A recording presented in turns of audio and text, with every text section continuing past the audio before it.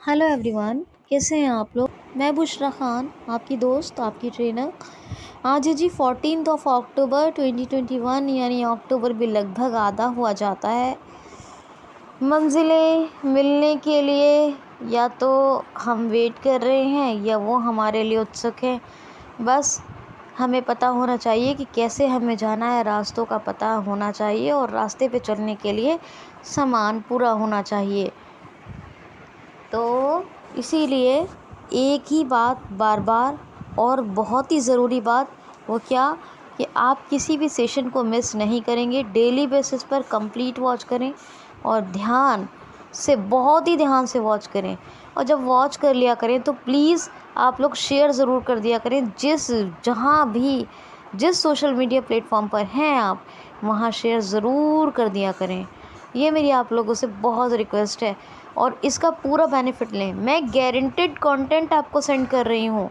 यहाँ जितना भी कंटेंट पोस्ट हो रहा है वो मेरी बहुत ही मैं पूरी ऑथेंटिसिटी की जांच करने के बाद, पूरी इन्वेस्टिगेशन करने के बाद ही, यहाँ कई घंटों की मेहनत के बाद यहाँ पोस्ट करती हूँ।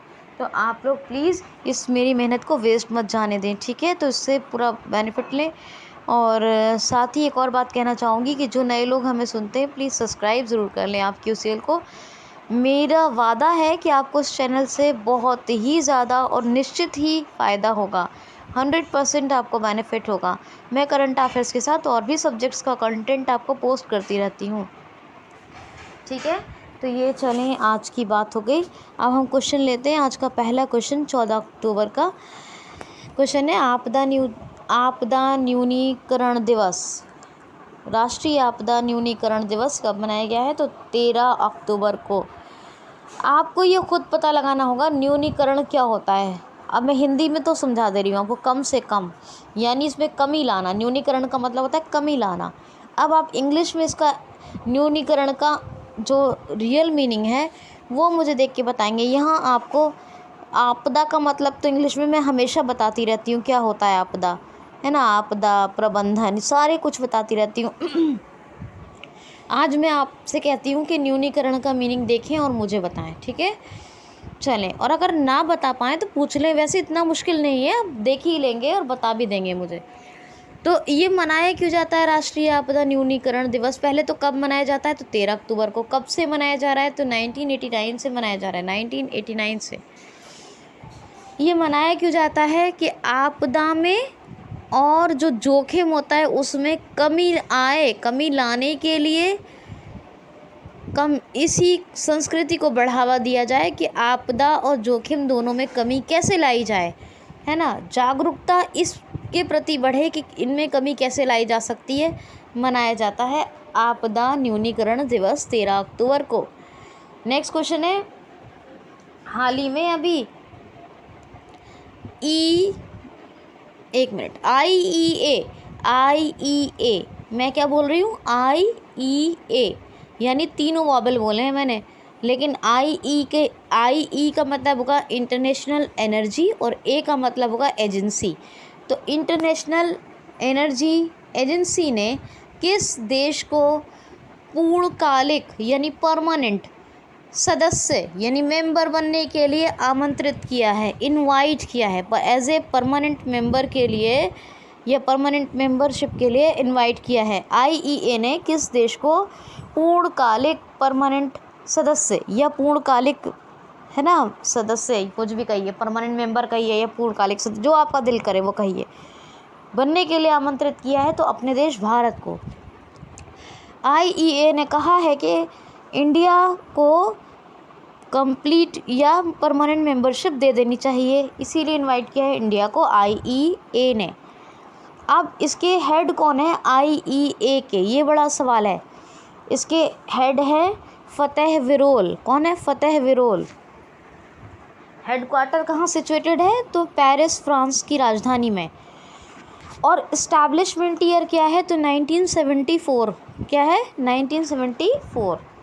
ओके, आगे चलें। नेक्स्ट क्वेश्चन सुनिए, हाल ही में भी किस राज्य सरकार ने सरकारी कर्मचारियों को, यानी जो गवर्नमेंट वर्कर्स हैं या एम्प्लॉयज़ गवर्नमेंट एम्प्लॉयज़ हैं, उन पर राजनीति एवं चुनाव में भाग लेने पर प्रतिबंध लगा दिया है। ये तो बड़ा अलग बात हुई। सुनिए मेरी बात, हाल ही में किस राज्य सरकार ने सरकारी कर्मचारियों पर ये प्रतिबंध लगाया है कि वे राजनीति यानी पॉलिटिक्स एंड किसी भी प्रकार के इलेक्शन में भाग नहीं यानी चुनाव में भाग नहीं लेंगे? तो हरियाणा राज्य सरकार ने, जी हाँ, हरियाणा राज्य सरकार ने सरकारी कर्मचारियों को बैन कर दिया है, वो किसी पॉलिटिक्स या चुनाव में भाग नहीं ले सकते हैं, ठीक है। बाकी आप नौकरी कर रहे हैं सरकार की, तो अब ये नहीं कि आप सरकारी किसी उसमें चले जाएं, शासन में या प्रशासन में तो जाते ही नहीं है, एडमिनिस्ट्रेशन में तो आप एग्ज़ाम क्वालिफाई करके जाएंगे, है ना भाई। IAS PCS और IFS और IRS, ये सारी चीज़ें, ये एक ही आपको एग्ज़ाम होता है उसमें UPSC का, उसमें आपके ये फिर रैंक वाइज जब आपका जो मेरिट बनेगा उसके रैंक वाइज आपको वो मिलेंगे, डिपार्टमेंट मिलेंगे, तो वो अलग होता है। ऐसा नहीं कि IAS के लिए अलग होगा, IPS के लिए अलग होगा, ऐसा नहीं होता। IAS लेवल का एक ही एग्ज़ाम होता है, एक ही एग्ज़ाम होता है, क्या, एडमिनिस्ट्रेटिव सर्विस के लिए बस। और फिर उसके बाद रैंक वाइज उस जो है डिवीज़न होता है, ये होता है।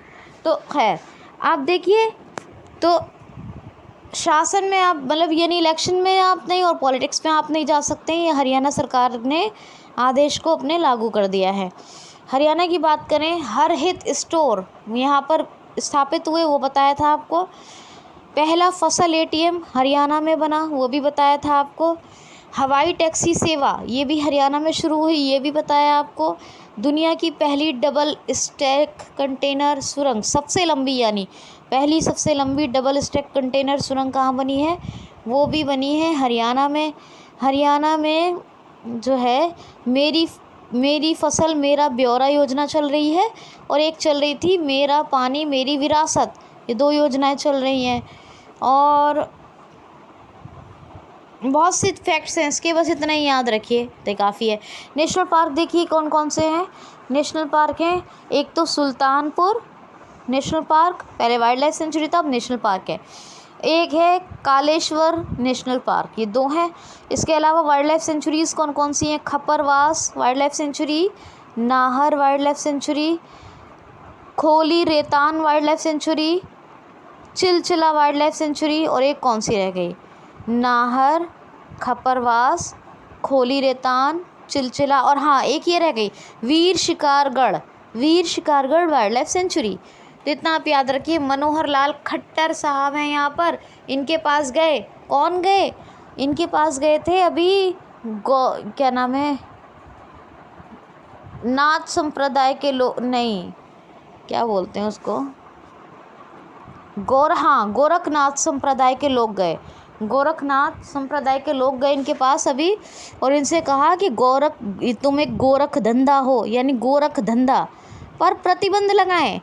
कहा कि फ़ौरन से प्रतिबंध लगाइए, गोरख धंधा ये हमारी इंसल्ट होती है, मतलब हर्ट करता है, ये हमारी भावनाओं को हर्ट होती है, हमारी फीलिंग्स, या हमारे मतलब एक होता है ना कि गोरख, और फिर एक वो इज़्ज़त वाली, एक इज़्ज़त की बात है। गोरखनाथ संप्रदाय बहुत बड़ा संप्रदाय है, तो गोरखनाथ पीठ के तमाम लोग में से कुछ ही लोग गए और उन्होंने कहा कि गोरख धंधा कुछ नहीं होता है, इस पर प्रतिबंध लगाइए, क्योंकि हो सकता है ये किसी इंडिविजुअल की फीलिंग्स को हर्ट करे, तो इसीलिए प्रतिबंध लगवाया। ठीक है, याद रखिएगा। अब नहीं कह सकता कोई तुम एक गोरख धंधा हो, ठीक है मतलब गोरख धंधा का यूज़ नहीं करेगा कोई, मेरा मतलब ये है गोरख धंधा का यूज़ कोई नहीं करेगा। वो तो एक गाना है, इसलिए मैं जो कर रही हूँ आपके साथ, ठीक। तो ओके, चंडीगढ़ कैपिटल है, ठीक है, याद रखिएगा। क्वेश्चन है हाल ही में अभी SGDAF, बहुत ध्यान से सुनिए, सॉरी मेरे कभी कभी थ्रोट में हो जाता है, बहुत बोलती हूँ ना, बहुत बोल के हो जाता है। तो SGDAF school games development activities foundation, मैंने फुल फॉर्म बताया है, याद रखिए, यानी एब्रीविएशन को क्लियर किया है।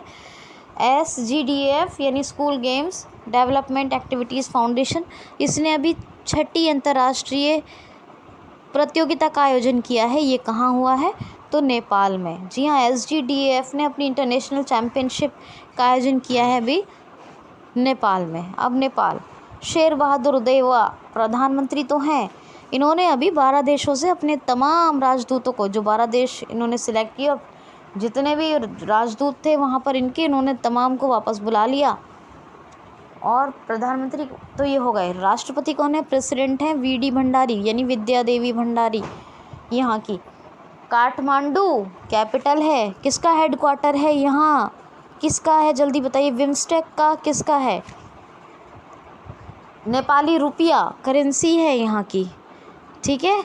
तो ये इतनी तो बात आप याद ही रखिए एटलीस्ट। यहाँ पर भारत के राजदूत कौन है नेपाल में, ये भी आपको पता होना चाहिए, पिछले वीडियो में मैंने बताया है ना, ये बात है। नेक्स्ट क्वेश्चन सुनिए ज़रा सा। नेक्स्ट क्वेश्चन है, हाल ही में अभी पारिस्थितिकी खतरों की सूची में कौन सा देश संवेदनशील के रूप में शामिल हुआ है? मतलब कौन सा देश ऐसा है जिसको संवेदनशील घोषित कर दिया गया है? मतलब बहुत क्रिटिकल है कंडीशन। पहले तो आप ये जानिए पारिस्थितिक तंत्र क्या होता है।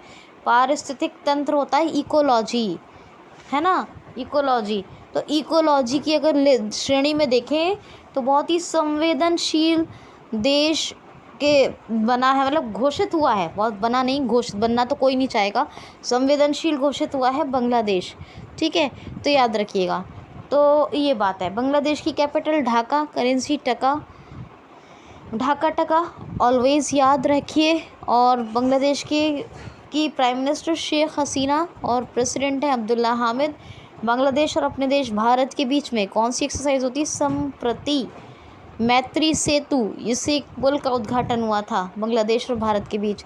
और एक आपको बताया था हल्दी घाटी चिल्लाहाड़ी, नहीं, हाँ ठीक है, हल्दीवाड़ी चिल्लाहाटी, हल्दीवाड़ी चिल्लाहाटी रेल लिंक परियोजना, ये भी शुरू हुई थी, हल्दीवाड़ी चिल्लाहाटी, ठीक है, ये भी याद रखिएगा। और बांग्लादेश के बहुत से फैक्ट्स बताती हूँ कि यहाँ की जो BCB है, यानी बांग्लादेश क्रिकेट बोर्ड है, उन्होंने एक ऐप बनाया जिससे कि उनके जितने प्लेयर्स हैं उनकी मेंटली हेल्थ एंड पीस को ट्रैक किया जा सके। बांग्लादेश ने खुद का एक सोशल मीडिया प्लेटफॉर्म डेवलप किया है, कौन सा? जोग, ये एक बताया आपको, ये बहुत इंपॉर्टेंट फैक्ट है। और एक और बात बताई थी आपको कि आर्टिफिशियल इंटेलिजेंस को सबसे पहले कोविड-19 के दौरान जो यूज़ किया वो किसने? वो बांग्लादेश ने यूज़ किया। एक और बात बताई थी आपको, कौन सी बात बताई थी? कि जितनी भी टेलीकॉम ऑपरेटर्स कंपनी है बांग्लादेश की, उनको ये ऑर्डर्स दिए बांग्लादेश सरकार ने कि वो free of cost internet distribution नहीं करेंगी, क्योंकि इसका दुरुपयोग होता है। तो ये तमाम फैक्ट्स मैं बता चुकी हूँ, याद रखें, बार बार बताने से ना बहुत लंबा सेशन हो जाता है। क्वेश्चन है, हाल ही में अभी अक्ष ऊर्जा आकर्षण सूचकांक, इसको इंग्लिश में क्या कहेंगे बता देती हूँ, चलिए। रिन्यूएबल एनर्जी अट्रैक्टिवनेस इंडेक्स, क्या बोलेंगे? रिन्यूएबल एनर्जी अट्रैक्टिवनेस इंडेक्स जारी हुआ है। इसमें अभी शीर्ष पर यानी टॉप पर कौन सा देश, कौन सा कंट्री रहा है? तो रहा है यूएसए नंबर 1 पे है, नंबर 2 पर है चाइना, नंबर 3 पर है अपना देश भारत यानी इंडिया। ये क्या होता है अक्षय ऊर्जा सूचकांक? तो ये होता है कि देखिए रिन्यूएबल एनर्जी किस देश में कहाँ कहाँ कितनी डेवलप हो रही है, कहाँ कहाँ कौन कितना इन्वेस्ट कर रहा है रिन्यूएबल एनर्जी ज़्यादा डेवलप करने के लिए, इसमें कितना इन्वेस्ट कर रहा है। तो इसी आधार पर 98 कंट्रीज़ का एक इंडेक्स बना है, जिसमें नंबर 1 पर यूएसए है, नंबर 2 पर है कौन? ये है चाइना, नंबर 3 पर इंडिया। और ये तो मैंने इंग्लिश में बताया तो अब समझ में ही आ गया होगा, रिन्यूएबल एनर्जी अट्रैक्टिवनेस इंडेक्स। तो ये तो अब समझ में आ जाना चाहिए, है ना। एक क्वेश्चन और देख लीजिए, हाल ही में भी अलेक्जेंडर सालेमबर्ग किस देश के अभी प्राइम मिनिस्टर अपॉइंट हुए हैं? एक सेकेंड जस्ट रुक जाइए प्लीज़। ये जो है प्राइम मिनिस्टर नहीं, ये चांसलर हैं, ठीक है, सॉरी।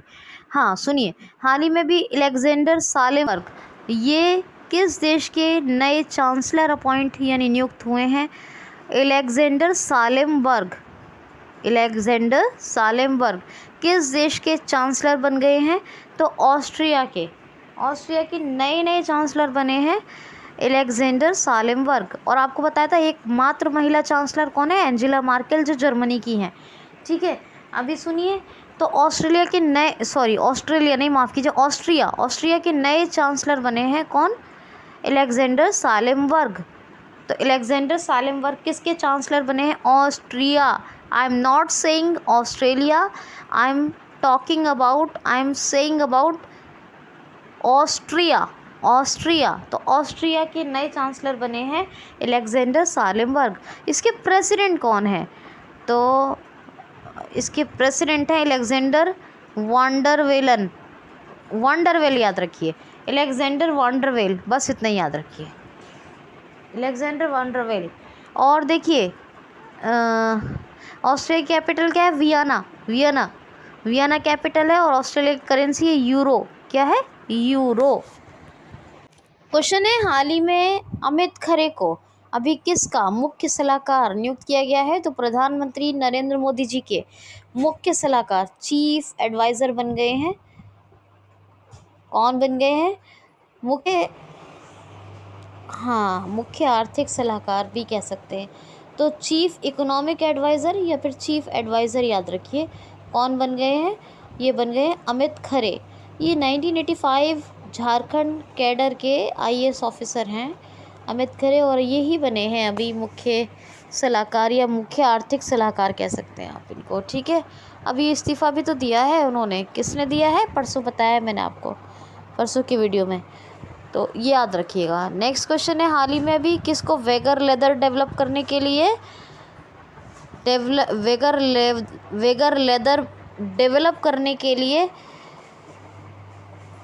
पेटा इंडिया अवार्ड से सम्मानित किया गया है? किसको अभी वेगर लेदर डेवलप करने के लिए पेटा इंडिया अवार्ड से सम्मानित किया गया है? तो पेटा इंडिया ऑनर मिला है किसको? कॉमरेड संगमा। ये जो है मुख्यमंत्री हैं मेघालय के, और इन्होंने क्या किया है कि वेजिटेबल्स से जितना भी मतलब शाकाहारी मटेरियल होता है, वेजिटेबल्स का मतलब शाकाहारी मटेरियल होता है, उस मटेरियल से लेदर को डेवलप करने की विधि खोजी है। क्या? जितना भी शाकाहारी, मांसाहारी नहीं, शाकाहारी जो मटेरियल होता है उससे लेदर को डेवलप करने की विधि खोजी है। यानी इसका क्या बोलते हैं विधि को? अरे क्या बोलते हैं विधि को? प्रोसेस तो नहीं कहेंगे, मेथड खोजा है, ठीक है। तो ये मेथड यानी जो शाकाहारी जो वेज मटेरियल्स होते हैं उनसे, या मांस को छोड़कर जितने भी शाकाहारी जितना भी मैटर होता है उससे लेदर को डेवलप करने की टेक्निक खोजी है। टेक्निक सही है, टेक्निक खोजी है या मेथड खोजा है। इसीलिए इन कॉमरेड संगमा साहब को मिलेगा, मेघालय के चीफ मिनिस्टर हैं क्या? PETA India award. और मेघालय के गवर्नर कौन है? सत्यपाल मलिक। कौन है सत्यपाल मलिक? जल्दी बताइएगा मुझे, मैं अक्सर आपको बताती रहती हूँ। मेघालय की कैपिटल क्या है? शिलोंग, ठीक है, याद रखना। क्वेश्चन है, हाल ही में अभी दुनिया का सबसे बड़ा बिटकॉइन खनन केंद्र कौन सा देश बन गया है? तो USA। देखिए जी, रशिया ने बिटकॉइन को बैन कर दिया, रशिया के बाद चाइना ने भी बिटकॉइन को बैन कर दिया, तो अब USA बना है वर्ल्ड लार्जेस्ट, क्या बना है? बिटकॉइन खनन केंद्र। क्या होता है खनन? बिटकॉइन खनन केंद्र, ठीक है। ये तो सब जानते हैं, खनन को तो सभी जानते हैं, ठीक है, कोई बताने की बात ही नहीं है, इंग्लिश में भी हिंदी में भी। तो बिटकॉइन खनन केंद्र यानी अब यहीं से ही सारा का सारा बिटकॉइन रिलीज़ होगा, और ये दुनिया का सबसे बड़ा केंद्र बना है बिटकॉइन खनन केंद्र USA। रशिया बैन कर चुका था, चाइना ने भी बैन कर दिया, तो ये बात ख़त्म। ठीक। अब ये देखिए यूएसए के जो प्रेसिडेंट है कौन है, जो बाइडन साहब। अब जो बाइडन है तो जो बाइडन की 2 बुक्स तो आपको याद ही रखनी पड़ेंगी और रखते ही होंगे, मैं बताती हूँ हर बार। Promise me dad, promise to keep. Vice president कौन है, कमला हैरिस। एक तो ये जो एक ये भारतीय मूल की हैं, इंडो अमेरिकन है कमला हैरिस। इनकी तीन बुक्स कौन कौन सी हैं, एक तो है सुपर हीरोज़ आर एवरीवेयर, एक स्मार्ट ऑन क्राइम, और एक है द ट्रुथ बी होल्ड। तो इनकी बुक्स याद रखिए। कौन कौन सी एक्सरसाइज होती है इंडिया और यूएसए के बीच, एक होती है वज्र प्रहार जो इस बार हुई थी उसमें हिमाचल प्रदेश में, एक होती है युद्ध अभ्यास जो हुई थी वो बीकानेर राजस्थान में हुई थी। 5x तो खैर लास्ट ईयर हुई थी इंडियन ओशन रीजन में, और एक होती है टाइगर ट्रम्प, एक होती है कोप इंडिया। 5 होती हैं। तो ये बातें आप याद रखिएगा, ठीक है। अब नेक्स्ट क्वेश्चन सुनिए। हाल ही में अभी तिरुवनंतपुरम एयरपोर्ट का प्रबंधन किसके हाथों में चला गया है? याद आ रहा है? कुछ याद आना चाहिए।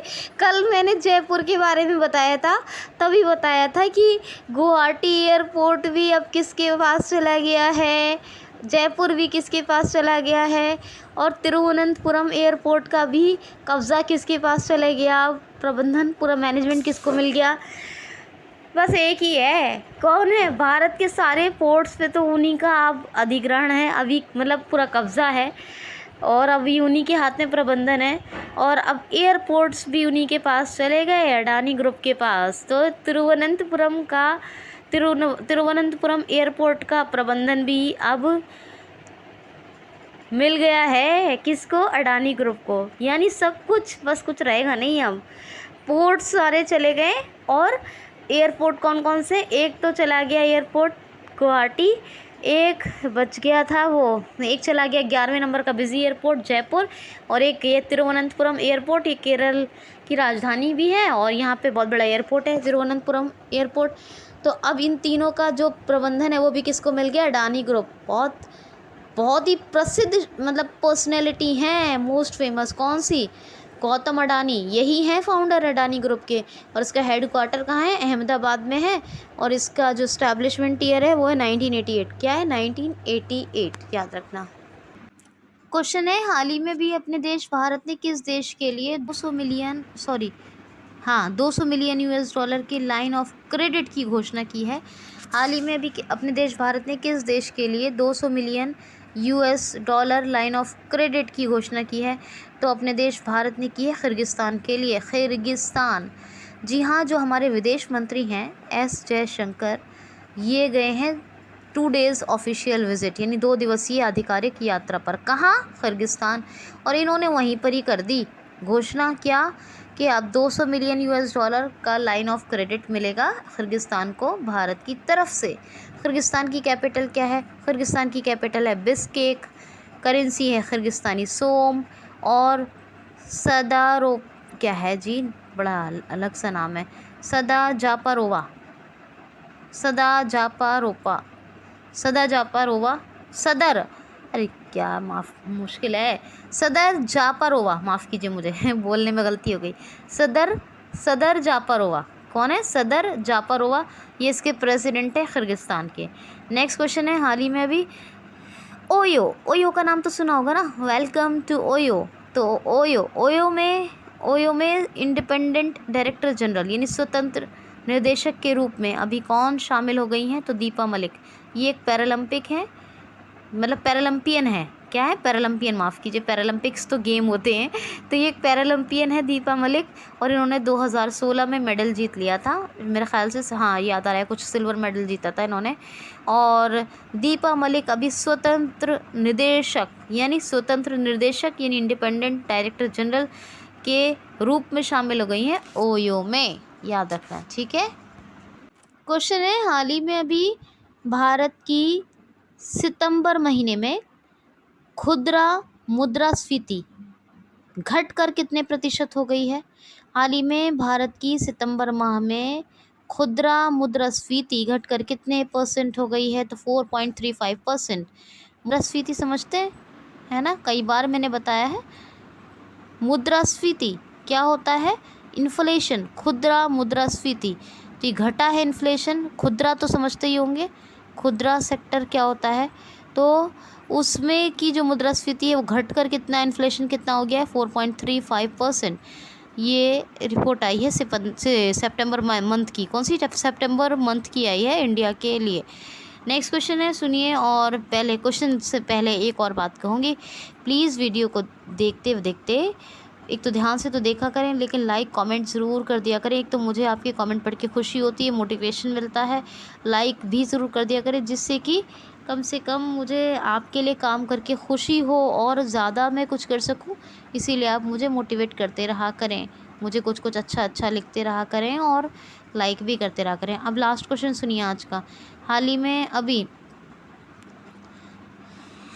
में अभी इंटरनेशनल बिजनेस मशीन यानी IBM ने कितने मिलियन लोगों को 2030 तक कौशल प्रदान करने का लक्ष्य रखा है?